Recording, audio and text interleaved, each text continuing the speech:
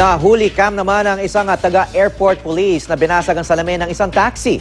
Sa video, makikita nga hinihingi ng taga-airport police ang lisensya ng taxi driver dahil meron umano siyang paglabag. Maya-maya, nagkaalitan na ang dalawa. Dami naman nagsakay eh. Ang ganda naman nagpasakay. Kalaunan, binigay din ng driver ang kanyang lisensya. Nangako naman ng pulis na babayaran niya ang nabasag na salamin.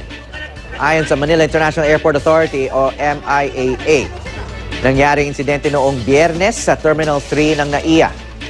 May mga paglabag nga raw ang driver na si Boots Imata gaya ng disregarding traffic signs, obstruction, direct assault at resisting arrest.